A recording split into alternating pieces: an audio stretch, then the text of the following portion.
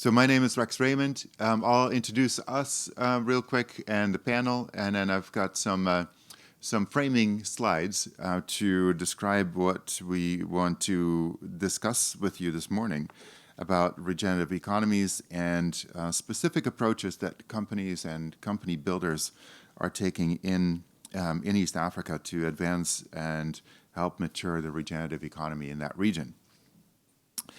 So I am the director of a group called Transformational Investing in Food Systems, TIFS for short. We are an ecosystem builder working with different sectors of different parts of the financial sector, corporations, large and small, and different producer organizations who have a defining characteristic that they're unsatisfied with the status quo, they're eager to move, and they're trying to figure out how to organize financial capital for regenerative and agroecological transitions. And we do that with partnership in sort of an ecosystem approach in East Africa and the US primarily, and then with lighter touches in other regions. And what we wanted to talk about today is some concrete examples. We have a lot of conversations about regenerative. What does that mean? Even yesterday during the opening panel, some of those questions came up, like what do we actually mean by regenerative? How deep? How shallow? How holistic? How narrow? And we wanted to elucidate that through some concrete examples of companies that really take a deep approach to and holistic approach to regenerative transitions, and to discuss how that then shows up in their business models and their financing. So that's really the topic for the session today. So we have the privilege of Renee Chung and Joachim Ewechu here with us. Renee is an investor, an advisor to asset allocators and asset owners, has a long history of kind of working in this kind of regenerative agroecological topic area in different parts of the world, and is also stepping in to take the spot for Renee Engelsman from Grounded Investment Company, who is based in Nairobi but fell ill and was advised not to travel. So we're kind of lucky to have Renee, who is on the investment committee of Grounded. Maybe you can just briefly introduce yourself, and then we'll go over to Joachim for introductions, and then I'll jump into the slides. Sure, sounds good. Can you all hear me okay? Yeah. So I'm Renee Chung, stepping in for Renee Engelsman. And it's all very funny because my brother is actually called Rex as well. And so my brother at first was like, did this other Rex put the wrong picture on this slide, like on that? So very happy to be here. I run my own impact investment advisory firm called Bonterra Partners, where I work with, I would say, family offices, private foundations, high net worth individuals, etc., to help them invest into regenerative agriculture and sustainable forestry. So these are my two sector focus, and I have worked in emerging markets, investing in Regenag since 2010. So I've been doing this for quite a while. So very happy to be here, to be representing Grounded today, to be talking about their work in East Africa. So thank you. Thank you. And Joachim is the co-founder of Shona, a business development service provider in Uganda. And we're doing all kinds of exciting work together to build the ecosystem of enterprises, agroecological enterprises. But that's only one part of the work that you're doing. Do you want to introduce yourself? Yes. My name is Joachim Ewechu. I work with Shona. We guide back and connect entrepreneurs to help them build responsible businesses that are transforming East Africa's private sector. And obviously, you can't talk about a private sector in East Africa without talking about agriculture, which is the biggest employer and one of the biggest sectors there. And so one of our thematic areas is in sustainable food systems, where we run a portfolio of programs that are helping entrepreneurs build successful businesses that are contributing to a sustainable food system in East Africa. So I'll share a bit more about one of those that we're doing. Awesome. Thank you. And I know at least at the sessions I've been, they're very much kind of classroom style, but and I created a little Mentimeter poll, but I can't get it to work. So can we just, I think we just need to improvise a little bit. But we would love to have at least a sense of of who's in the room, what kind of work you do. So, well, we are at an investment conference, so can we see who's a funder or investor? Okay. And there are a lot of social enterprises, of course, at this conference. That's what it's all about. So who's an entrepreneur? Awesome. Anyone working directly with farmers? All right, that's cool. Civil society organizations? Cool, awesome. Anything I'm missing? Working directly with foresters. Foresters, nice. Agroforestry? You said farmers. Yeah, exactly, yeah. Farmers, foresters, ranchers, fishers. Yeah, it could be a lot of those things, all part of the essential parts of the food system. And who here is, since we're focused on East Africa, who is working directly in East Africa? Yeah, okay, good. Set of hands. Anything else? How about we go with that? Let's go. All right, let's go. All right, so that was that. Just a few quick framing comments from me, because I think it indicates our direction of travel, the three of us up front here. So what we're really trying to test is, what does business and finance, what do the business models and financing models look like if we're moving towards a deeply regenerative transition?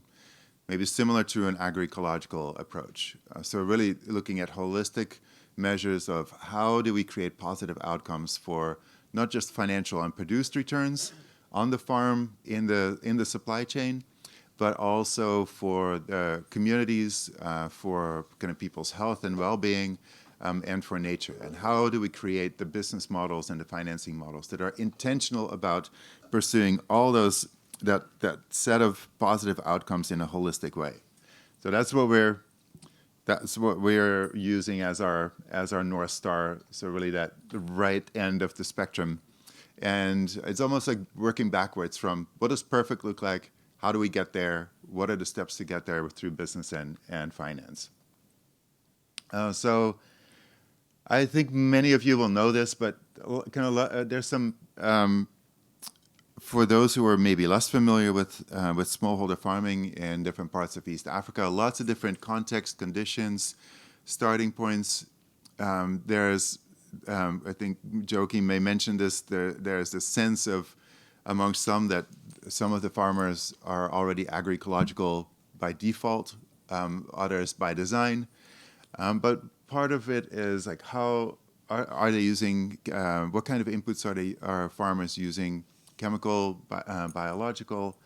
To what extent are they using diversified cropping systems, intercropping, those types of practices that are kind of improving soil health and building resiliency in their production systems, and what do the different transition scenarios look like? And I think for the three of us here, we're finding that there are a lot of farmers who are already incorporating kind of traditional knowledge, traditional practices, but they're doing it in a perhaps somewhat kind of fragmented way, and not necessarily as integrated as what a regenerative or agroecological approach would do.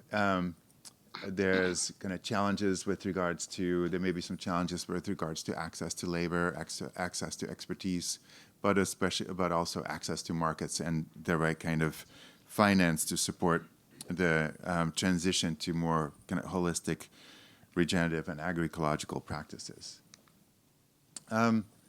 We did some work with the Rockefeller Foundation and Pollination Group to start take a general look at the market for financing regenerative agriculture.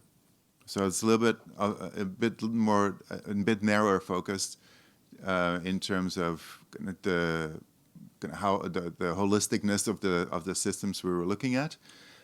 So this is more the agriculture and the agricultural practices, rather than the whole systems approach. But just to get a pulse of the market globally about where we are in the transition to a more mature market, where we can attract and deploy capital from many sources towards the regenerative transition. So this graphic is came out of the report that we published earlier in early June of this year. And it's been helpful to use this framing to think about we're on this journey with the ideal outcome of regenerative and agroecological food systems. And we have to recognize that we're still early in that journey. It's still a very immature market. There are a lot of things, policy, market conditions that are favoring a more kind of monocropping industrial food production system. And we're with our communities of regenerative and agroecological farmers and businesses, we're sort of showing the viability of those models to also build the case for policymakers to adapt policies to create a better enabling environment for finance providers, traditional finance providers, and impact finance providers to come along in this journey and design and develop the terms and conditions that are appropriate to the current state of the market. So I think that's so that's the really high level. So this is the very detailed level. So how do we take these kind of broad concepts and then apply them to investment decision making and transparency between the investor and the entrepreneur about how we're approaching the regenerative transition and how that is showing up in their business models. So these are some graphs that we developed actually together with Joachim and his group when we developed a screening tool, sort of a pre-due diligence screening tool that we can use with impact investment funds to show what the different impact themes are that they've integrated and how well have they integrated it into their life cycle. So the two examples up here are from the two companies that we're presenting next. So I was going to use this as a transition. You can see it shows some different things about sort of the early design stages of funds where some parts of the fund still have to be built out. But it can also create that transparency that I think the market really needs at this point to understand, well, what parts of the kind of food system or systemic outcomes is this company targeting with its, or this fund targeting with its activities, and where might there be kind of blind spots or areas for continued improvement to get to a more systemic approach. So that with that, I'll transition to the next part where we start to dive into what are these companies and funds kind of showing us about how to approach financing and how to approach business models that support the transition to a regenerative future economy. So Renee, I think you're next. So I'm going to hand you the clicker. It's been working well, so. Sounds good. Thank you. You should be. There we go. I was just pointing it randomly into space, and it's still advanced. So I think we're good. Sounds great.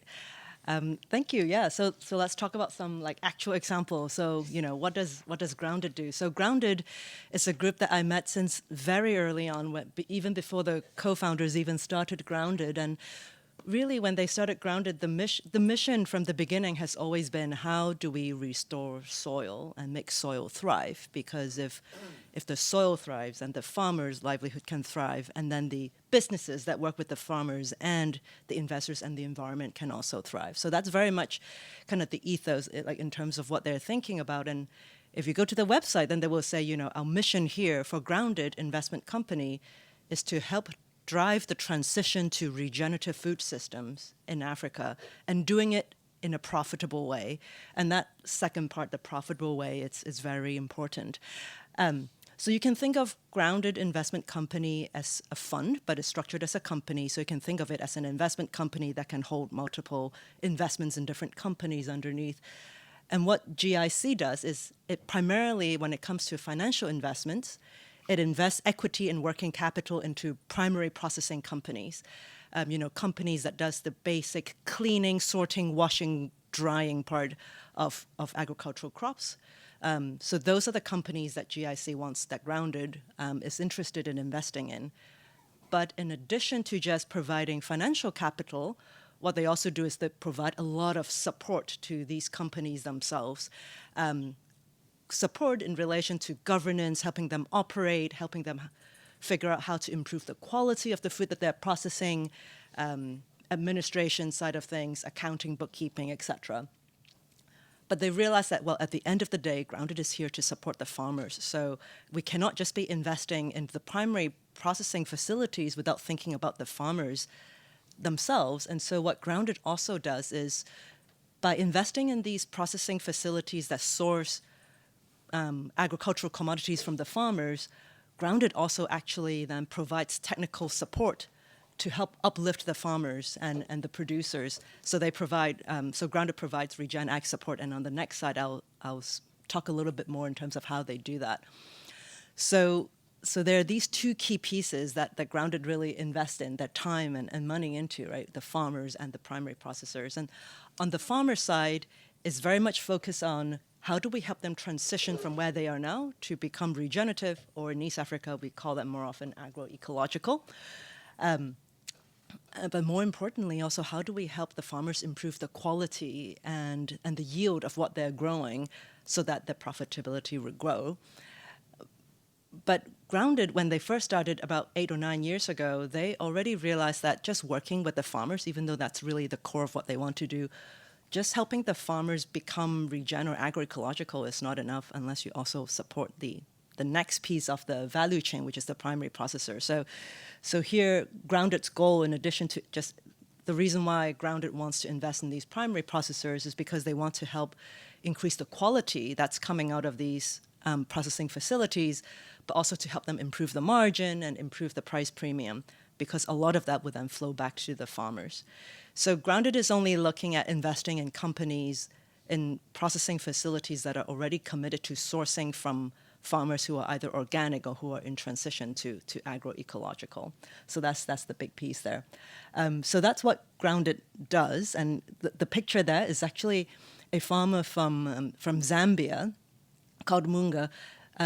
Zambia was actually not an investment from Grounded investment company itself, but it's the second project that Grounded started working on quite a few years ago, where they basically have a piece of their own farm and work with the local communities to farm, to grow agroecological food. And here's a farmer showing that the agroecological yield of maize is actually hitting almost just as high as what conventional farmers can get in Zambia.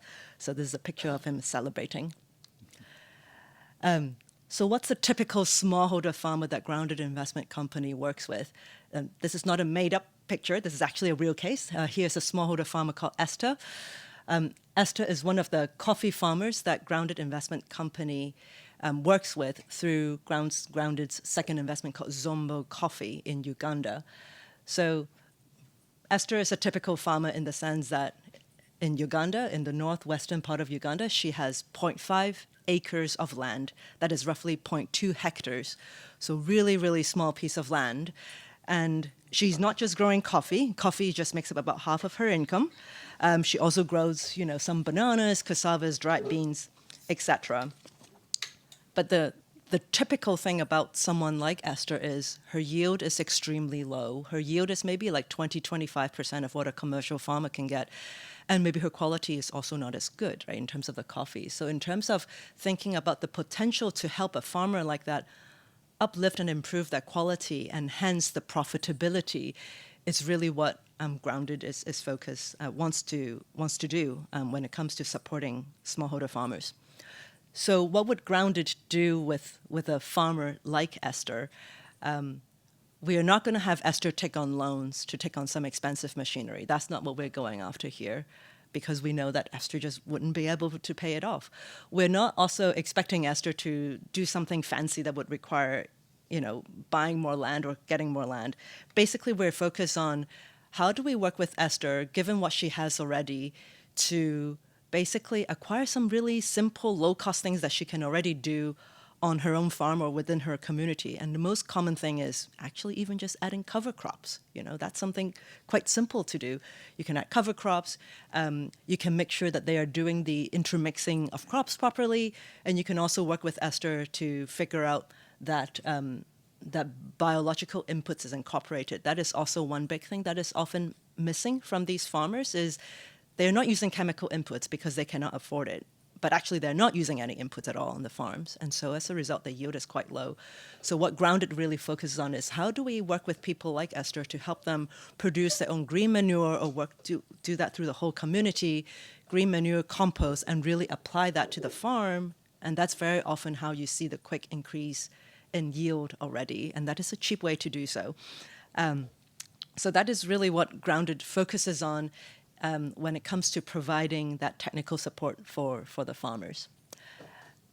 So the goal here working with the farmers is to improve their quality and the yield, which then flows into the processing facilities that Grounded invest in itself. So Grounded Investments Company first investment was a company called Trianon Spices that they made in 2022, and it's a spice company based in Tanzania.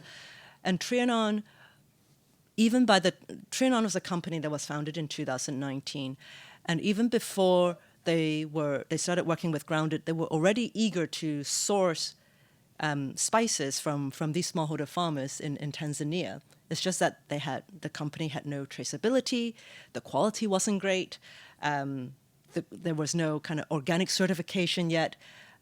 But mainly really about how they were just kind of sourcing from all sorts of farmers that would sell to them. Some of them are agroecological, but not all of them yet. So when Grounded came in, basically Grounded is like, okay, we'll provide you with the financial capital that you need to improve the quality within your factory itself. Right? Maybe you need a new sorting machine to sort better. Right? How do you improve quality once you receive the crops? And at the same time, I'm looking at that second bar there that says increase product quality. Increasing the product quality is not just within the processing facility, but it's also now coming from the farmers, right? That Grounded has been providing that agroecological technical support to. So the huge increase in product quality, which leads to big improvement in gross margins, is coming from both the farmers and the factory itself. And then Grounded will help Trianon obtain the organic certification, which further improves the gross margin a little bit more. And then also improving the way it distributes its crops. So where it says ship and sell out of warehouse, before Grounded got involved with Trianon was basically trying to get an order from a buyer in, say, the Netherlands, and then they will figure out, okay, now there's an order for black pepper. Now, which farmer should I source black pepper from? And then you have to package it and send it to the buyer, which is not very efficient. The new model there is, why don't we just buy the spices that we think we would be selling from the farmers up front? We'll buy it from them up front. We'll keep it in our own warehouse in the Netherlands, let's say, and then we'll just start selling to the buyers directly from the warehouse, which cuts down the shipping time to the buyers, which actually means a lot to the spice buyers, because very often for spice buyers, they only want to buy within a few specific months. They cannot wait for like 6 months for you to ship the pepper to them. So that's the model that they've gone to, is to have rent their own warehouse to do that. And then Grounded also makes sure that Trianon is now doing a proper profit share. In addition to paying a premium to the farmers, we also want to do proper profit share whenever Trianon becomes profitable, that we'll share profits with the farmers as well. But what this chart brilliantly shows is baseline margin of roughly just 2% in 2020, which is the very first bar, was basically where Trianon was in 2020. And then basically by now in 2024, the baseline margin is roughly 2% when Grounded invested in 2022. And now 2 years later, this year in 2024, the gross margin is expected to be 18%. Because of all these different improvements that Grounded has been able to make. So this model is showing that there's early signs of success, right? Within the 2 years, we have been able to pay better prices to the farmers, improve the farmers' quality of the crops, and at the same time improve all these different things at the factory level. All the while improving the sourcing from going from 0% of the farmers being agroecological, 0 out of 2,000 farmers, to now 500 of the farmers are now agroecological, and the goal is to transform as many of them to become agroecological as possible. So, and I actually forgot to say, in addition to black pepper, Trianon mainly also focuses on both organic and conventional cardamom, cloves, cinnamon, in addition to black pepper. So last slide here for me is really talking about what is the impact that Grounded is trying to target. The most important piece is the chart that you see there, focusing on farmers' income, which is the green bar of the two bars. The green is the income, which is revenue minus cost. So basically, if you compare a conventional spice farmer, they have input costs, they have other costs, and then they have their income. What Grounded wants to do with their regenerative organic model is help reduce the input costs of these farmers, because now you can actually produce a lot of the inputs yourself. And if you were previously buying chemical inputs, you can stop buying that now. And at the same time, because your quality of your spices that you sell is now better, for example, that you will now receive a better income from Trianon. And so the green bar there is comparing the conventional green bar to the regenerative organic green bar is at least a 2 times improvement. And that is really Grounded's target, is to improve farmers' income by at least 2 times, if not more. And then Grounded also hopes to reach at least 40,000 farmers by 2030. Currently, through the two investments, which is Trianon and Zombo Coffee, they're reaching 4,000 farmers through 2 investments. So they're hoping by 2030 they can reach up to 40,000 farmers, and finally to be regenerating 80,000 hectares of land. So, I'll stop there. I'm sure that people will have questions, and we can come back to that. We'll definitely have more discussions. And you're highlighting the impact on incomes, but I think you're also hinting at, and I just want to underscore, it's really kind of part of this holistic approach where the regenerative practices, the reduction of chemical inputs, kind of increasing production in a kind of nature positive way, is creating benefits for nature, for soils, for climate, for water. And it has these kind of economic and community benefits as well. So that's how at least kind of we are thinking about, how do you create intentionality around the interdependencies of all those different kind of impact themes together in a holistic approach. Yeah. So, Thank you. Joachim, do you want to share with us the stories, some of the stories of the companies that you've been supporting and your approach? Both for business and financing of agroecological companies. Yes. Thank you, Renee. So I'll tell you a bit more about one of our portfolio programs under sustainable food systems. So I think we're using a few terms here. I think all of us use them interchangeably, right? So there's regenerative agriculture, there's agroecology as well. I think we're using them interchangeably right now in our work. Probably a conversation for another day of, what do these terms mean and which is the right one, when we're talking about sustainable food systems. But I want to tell you a bit about this project we're doing called the Nature Accelerator Fund. And our goal really here is how do we increase the flow of capital into agroecology to contribute to a sustainable food system. And how we're really trying to do that is we recognize that you have smaller farmers are the ones that practice their agroecology or their regenerative agriculture, but we recognize that there is an intermediary, and we're calling them agroecological enterprises. I think it's a term that we're starting to coin now alongside other groups of people.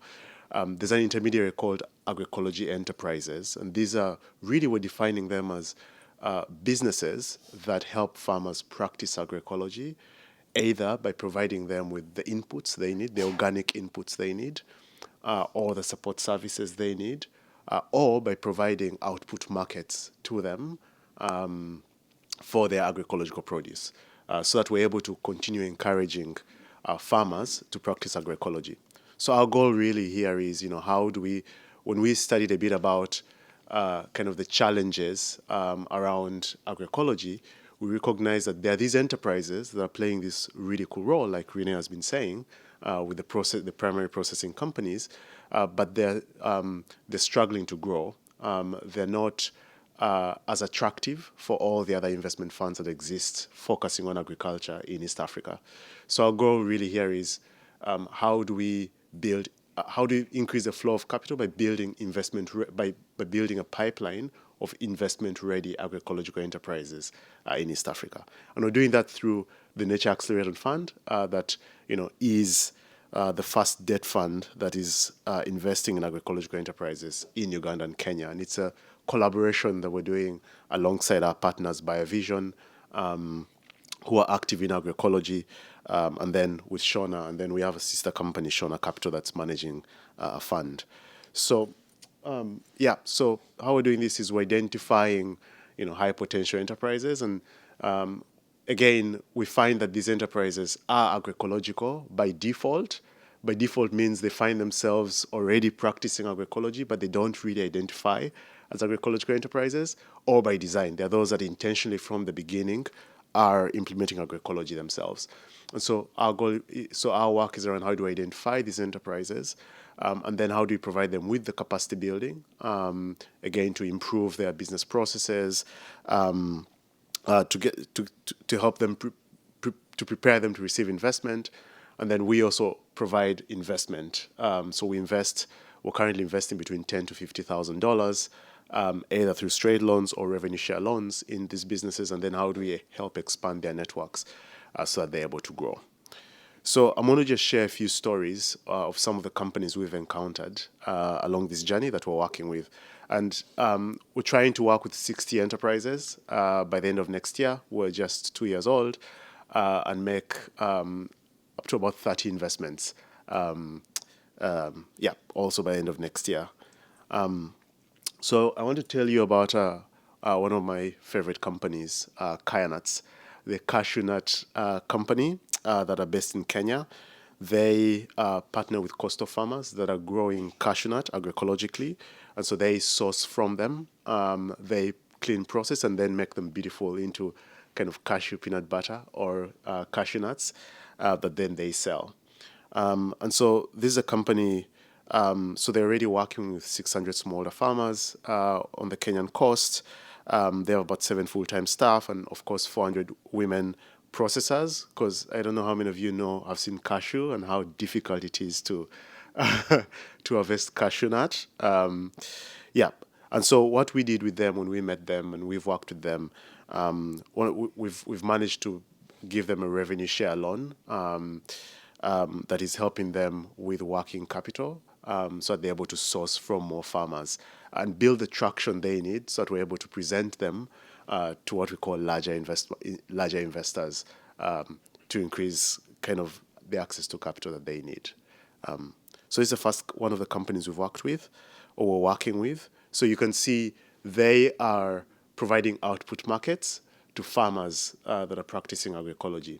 And then we find also actually that then to control their value chain, they start investing in their value chains as well, in providing additional support to these farmers, either support services or knowledge, and also inputs, organic inputs, which makes this kind of come full circle and really interesting and exciting.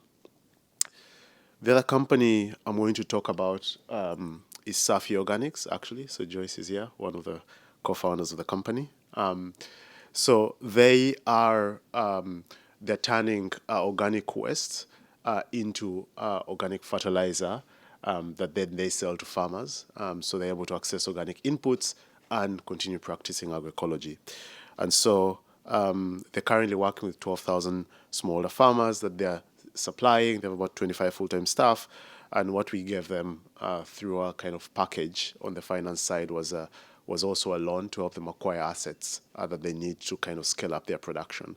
This is actually there's a technical term for it, but I think about it as a charring machine, right? Yeah, pyrolysis, yes, exactly. So they're currently they're using rice husks, right? And they're exploring to grow into maize cobs and sugarcane waste as well. as part of the basis for the sharing. And then lastly, a company that became popular after COVID. So what happened in Uganda or on the African continent is that during COVID, because there was no cure for COVID, everyone kind of defaulted to herbal medicine or indigenous herbs. And this company kind of maximized that opportunity. And so they are working with farmers to grow indigenous herbs, medicinal herbs that they source from them, and then process into this magical medicinal drink to help them with their health problems. So they have, it's like supplements, really, when you think about the US market. So they're currently working with about 750 smaller farmers, employing 4 staff, and we also were able to get them a loan for working capital and also to purchase a vehicle to enhance their sales as a company. So just these are some of the few examples of the companies that we're working with. Like I said, we're trying to make about 36 of these investments by the end of next year to make a case that these enterprises are viable and they have the ability to kind of to accelerate this transition towards agroecology and or regenerative agriculture, contributing to a sustainable food system in East Africa. Yeah. Cool. Thanks, Joachim. Yeah, it's an amazing body of work. And I think one of the, I'll just call this out. So there's, I think what you've heard now is one model that uses equity investments in combination with grants for technical assistance, but equity investments alongside the entrepreneur, and debt, but really designed to meet the needs of these kind of earlier stage enterprises. So different ways of deploying capital for regenerative and agroecological transitions. I would say one thing in common, though, is I think with both Grounded and what Nature is doing is the need to fund working capital is just so incredibly important. Whether that's in the form of a loan or in the form of equity, and even for Grounded is they think of working capital as a loan, right? Because that's really just necessary. Yeah. And I know question cards are floating out there, but even I have a question already. Yeah, why don't we keep the conversation going? Use the cards that are being passed out to write your questions. Since the room filled up, let's use the SOCAP's process of cards and passing along the questions. We'd like to take as many as possible. Yeah. Go ahead with your question. Yeah. Thinking about the amount of capital that Nature Accelerator invests in, right, which is that, I think you said $10,000 to $50,000. And then for Grounded, they usually come in with a relatively small ticket in terms of equity, but still small for them is €200,000-300,000, right? And hopefully growing that to €1 million over time. And so my question is, do we think there's a gap, right, between what you're funding? You can get the companies, these enterprises, to a certain stage, but that may still be a bit too small for Grounded to be able to put in that €200,000-300,000. And so it's more of an open question in terms of thinking about, people always talk about filling in the gap. Maybe there is actually a gap there too. Yeah. Yeah, I think, and so we see ourselves, we're trying to get them to Grounded or to other funds, like Root Capital and a few other funds that are investing at that level who really want to see proven models. So, I think, currently our capital, and, we're having conversations about, do we stretch that to 100K, for example? And, it's an open conversation, it's not fixed. But also we see our money also as, we expect them to, be able to borrow as many times as possible. But also we're excited to kind of bring along other partners as well to co-invest with us. We're doing a lot of the heavy lifting already. And so, I think we also encourage other partners who are, excited to kind of join us and co-invest with us to maybe take that ticket size from the 50K ceiling we have right now to, 100 or 150K that's needed. But also we're focusing on earlier stage businesses as well. I think we're looking at companies that are generating, they're 2 to 3 years old at least, generating at least $40,000 in annual revenue. And so that's, Yeah. Thanks. Yeah. And I'll piggyback on that to mention that this is, all our organizations are connected with others in the region who are really part of a network, to some extent formalized, to some extent informal, but very intentional, to really grow this sector of agroecological entrepreneurship and businesses. So in particular, I'll mention that Shona and TIFS and other partners are creating a community of practice for both business development service providers and investors to learn alongside each other about what are the opportunities and what are we learning from different models. Some call outs to the group that Joki mentioned, BioVision Foundation, the Alliance for Food Sovereignty in Africa. Ruticle is a regenerative venture building studio in Uganda. There's a number of organizations that are all grappling with what do these transitions look like in the context of business and finance. So at the end, if you're interested in joining that network, please come see us so that we can put you in touch with the right people and follow up with you. All right, some questions. I'll do the first one, actually 2 questions together because they're related. So how do you factor in climate change consequences, any climate adaptation for investees? And related to that, have you come across innovative use of insurance as a means of driving the nature-positive transition? Anyway, I want to take that one. I'll offer what I know as an investment committee member of Grounded. Climate change mitigation and adaptation has to be the core of what Grounded does, right? Grounded has by now close to 10 years of experience of working with smallholder farmers in East Africa, and I think they can really see the impact. And so the good thing is for a lot of the investments that Grounded is looking at, like those processing facilities, primary processors, they are usually selling crops that are grown in an agroforestry manner. So basically almost like by default, that is what Grounded wants to look for. It's like how do we support the farmers who are already doing agroforestry, and we just help them get better at it, all right? And the good thing is a lot of the smallholder farmers are actually by default as well doing diverse crop systems already. So that is basically Grounded is thinking about what are the ways that we think could help mitigate climate change. Agroforestry is a really useful tool, so let's focus on that. And I need to think a little bit more about the insurance question. Yeah. So, do you have a point of view on either one of those, Joachim? Yeah, we've not yet seen any insurance companies, but we see a lot of potential there, especially as we think about the cost of transition for smallholder farmers to agroecology.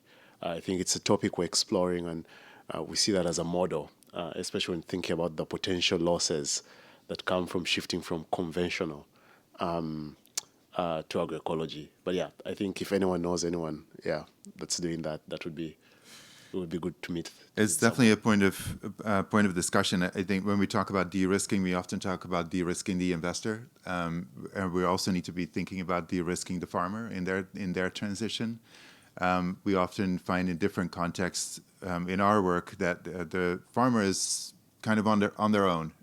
They're trying to figure out how to make the transition and how to get the support network to help them. And that may be a good segue for 2 more questions about the role of the farmer in all of in your models. So,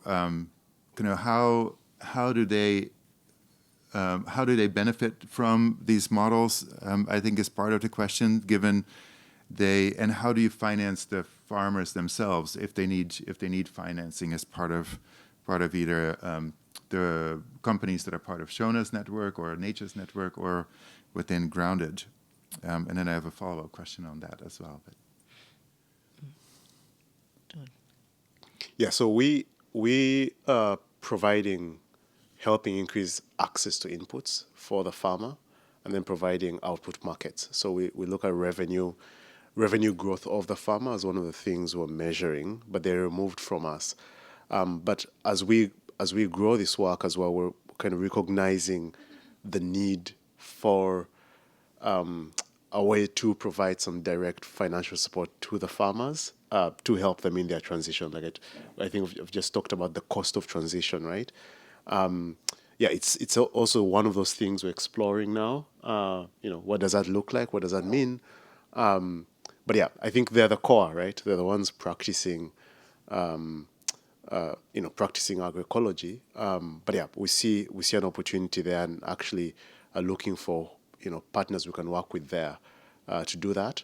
Either to channel, I think there's an opportunity to channel money directly to the farmers or through the enterprises by helping them build or strengthen their value chains.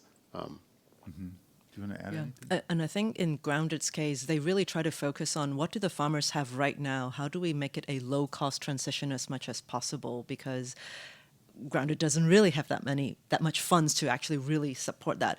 But to help with the transition, I think Grounded recognizes this is where the working capital comes in once again, is if you can have the processing facilities kind of prepay or help buy the crops in advance, to the extent that you can do that, that is already more money coming into the farmer early on so that they can use that money to kind of help with the transition. But then that means Grounded itself would need to have a lot of funding for working capital, which we don't have. So we try as much as possible. Grounded also has a very small grants facility, very small, where it's not focused on just supporting every single farmer with a transition, but it's to figure out in this community, do we want to test a specific cover crop? Because that could work. Let's use grant money for that testing. Or let's use grant funding to buy the initial batch of seeds, which we can then train the smallholder farmers themselves to propagate and grow it themselves. And so this not is grant really funding the whole way. Yeah, it's really also the opportunity for grant funding actually, because it's expensive, it's costly, and it's not the ROI is also kind of long, right? And so I think these companies need that support through facilities like grants that help them really invest in their value chains and strengthen them, by directly, investing in helping the farmers transition. We see a big role for grant funding there. Yeah. Well, let's stay on that theme for a little bit. So this is viewing the system from the perspective of these kind of intermediary and CPG sort of companies that you're building. How about from the farmer's perspective? Are you seeing opportunities, and are the companies you're working with creating opportunities for?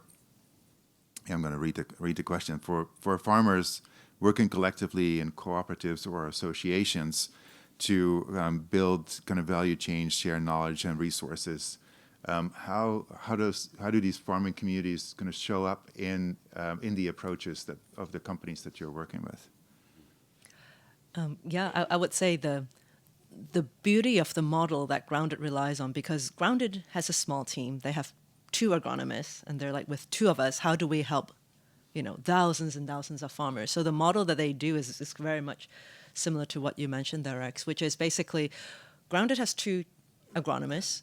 Let's have those agronomists work closely with the chief agronomist of the processing facilities, which usually there is at least one person who is that link between the processing facility and the farmer. So let's have Grounded's team work with the agronomist team within the processing facility, train them up, and then together identify role model farmers or lead farmers in the local community, train the lead farmers, and then you have those lead farmers on the ground training their community of, say, 10 other farmers in the little hub. So you kind of have to do it in that distributed model because that's the only way that you can do it kind of cheaply.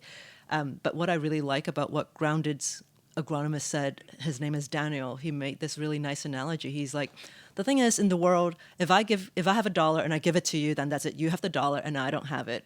But with knowledge, I have that knowledge. I share it with you. Both of us now have the knowledge. I still have it. Just because I have given it to you, I haven't lost it. And now let's distribute that. Now with 2 people, we can spread it to 10 people, to 20 people. And that's the model that you want to rely on. It's spreading it amongst the community. Love it. Yeah. Do you want to add anything there? Yeah, I think we see the potential of cooperatives, especially, and I think a lot of the companies that are sourcing from farmers want to help these farmers who self-organize because it makes it easier to, to provide knowledge and also kind of provide the inputs, but also aggregate from them. So there's a lot of potential there, and we're also looking at a few cooperatives as well, and seeing how we structure with them. Because we're currently just, I think, structured to invest in private companies or entities. And the cooperative model is a bit different. Yeah. I'll add to this. It's really an essential part of an agroecological approach is kind of community building, investing in social capital, in cohesion, in knowledge creation and knowledge sharing. And we see the strongest movements, agroecological movements that are building companies and building markets in places that have a long history of social organizing. So in Brazil, the land reform movement has been doing this for 40 years. And kind of through their cooperatives, some very mature and very large, they're organizing finance to meet the needs of that cooperative movement. The same in India with the community managed natural farming, where we see decades of investing in women-led village-level cooperatives. That is the foundation for a large-scale transformation. So I think, and everybody has a role to play in this. They're all also looking for building their own micro and social enterprises, but they're also looking for partnership with the kinds of like-minded entrepreneurs and businesses that can support the advancement of this movement. So a couple of finance-specific questions. Do you have any data yet on default rates? I think maybe this is more for nature. It's maybe a little bit early, but recovery rates and strategies. And then anything additional details you can share about interest rates and terms with regards to the working capital that you're seeing being needed in the kind of companies that you're supporting. Yeah. Still very early days. This year we just did our first investments a few months ago. But our interest rates are concessional. We're lending in local currency, in UGX in Uganda and Kenya shillings in Kenya. Concessional, we're lending close to the CBR rate. So for Kenya, we're doing between 8 to 12% per annum. And then in Uganda, it's I think about between 15 to 20%. On the local currency. Yeah. But then you said you're also using revenue-based Yes. Approaches, right? Yeah, revenue-based, we're doing 2 to 3% of annual revenues, looking at a 2x multiple, Okay. 1.5 to 2x multiple. Okay. Yeah. Yeah. Renee, any insights from Grounded in terms of... Yeah, this is when I wish I'm not Renee Chung, but Renee Engelsman, because Renee Engelsman would know it on top of her head. No, I don't remember the figures, sorry. Of course. Okay, that's great. Renee, there was a specific question about how Grounded supplies delivers the technical assistance. You've touched on this, but anything there that you could expand on how the technical assistance is delivered to farmers?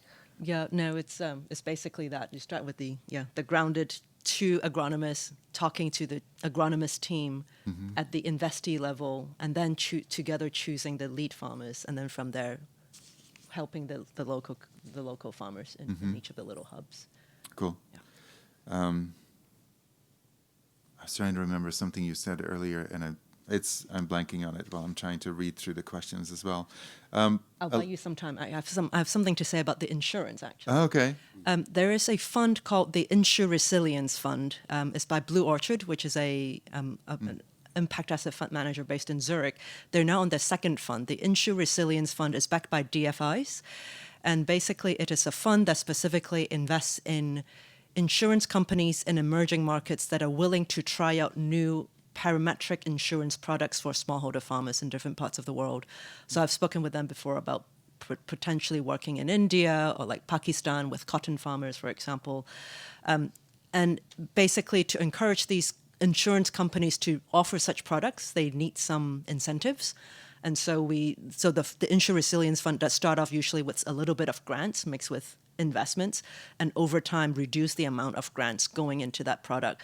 But the grant is necessary to really help these insurance companies understand how much are smallholders willing to pay, or how much can they pay, and what's the percentage of farmers willing to adopt and pay for a little bit of that premium. I see a sign there. That's cool. Yeah. Interesting. All right, a couple of more questions. A big one and I'm curious how Grounded and Nature are dealing with the issue of land tenure. It's a perennial issue in smallholder farming in across the continent, I think, of Africa. But I'm curious. Do your companies have specific approaches to it? Do they have any insights to share on the issue of land tenure? And the other part of the question is about scale of farming. So, is there a tendency or an incentive to start farming, to start transitioning to larger acres when people are being profitable, right? They're using regenerative or agroecological practices. Are you seeing any trends there amongst your companies? I think with Grounded's model, our hope is, if we are working with smallholder farmers like Esther that only has 0.2 hectares to begin with, that sure, you start off in an even smaller plot. But the beauty of that is the farmers themselves can just walk into the farm and see the results. And so if it works, naturally the farmer would actually want to then hopefully adopt it to the rest of the 0.2 hectares and start telling their friends and neighbors about it. So that is the model that Grounded is relying on. Yeah. Something for us to actually learn about, yeah. Hopefully in a year or so we're able to speak to that, yeah. Yeah, exactly. It's we're all in early stages of trying to figure all these questions out, but I would say kind of land tenure is definitely a big issue, especially since these practices and systems really invest in local context, in soils, in building the systems that are resilient in the long term. So having predictability is really important.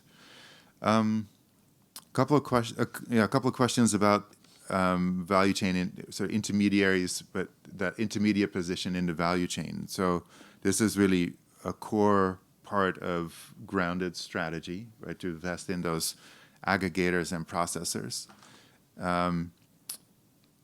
The question specifically is what types of intermediaries have you funded or invested in? So what types do you think are necessary, especially for the growth of regenerative and agroecology? Specifically processors, marketers, traders. Do you have kind of a broader sense of this? Is this a key constraint everywhere? And where would you focus?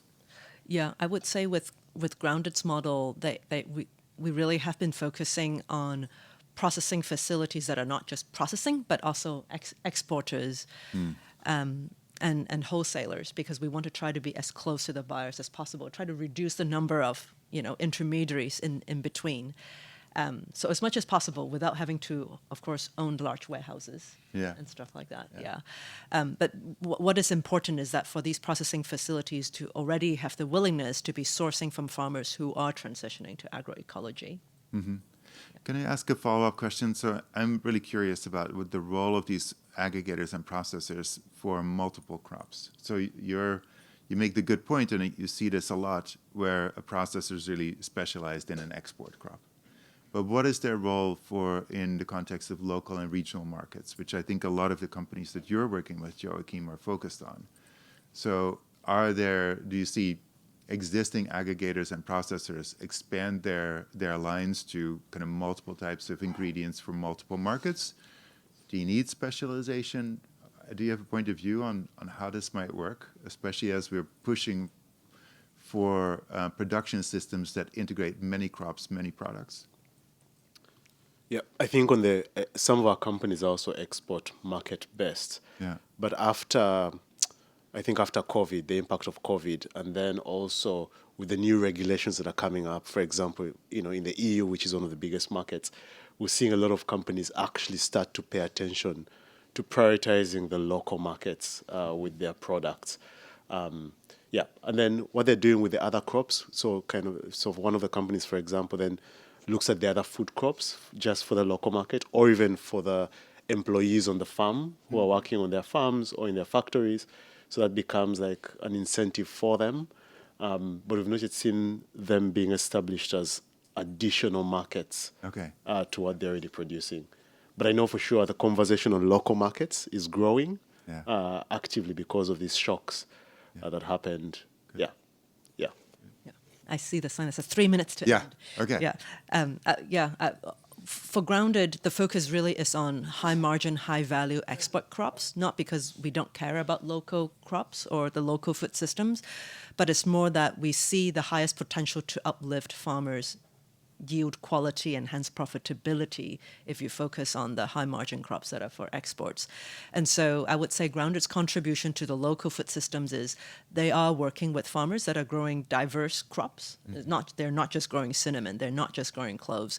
So by helping farmers improve the way they do agroforestry on the farm, not only are the cinnamon and cloves growing better and have higher yield, but so do the local food crops that can be for themselves, or maybe then the farmers themselves will figure out how to sell in the local market. Cool. I held two questions. We're going to make the journey across the pond. So two questions that link this work to the U.S. So one is for you, Joachim, that the medicinal herbal drink, has it been tested for efficacy, and is it being exported to the U.S.? Not yet in the US. Right here, it's right here.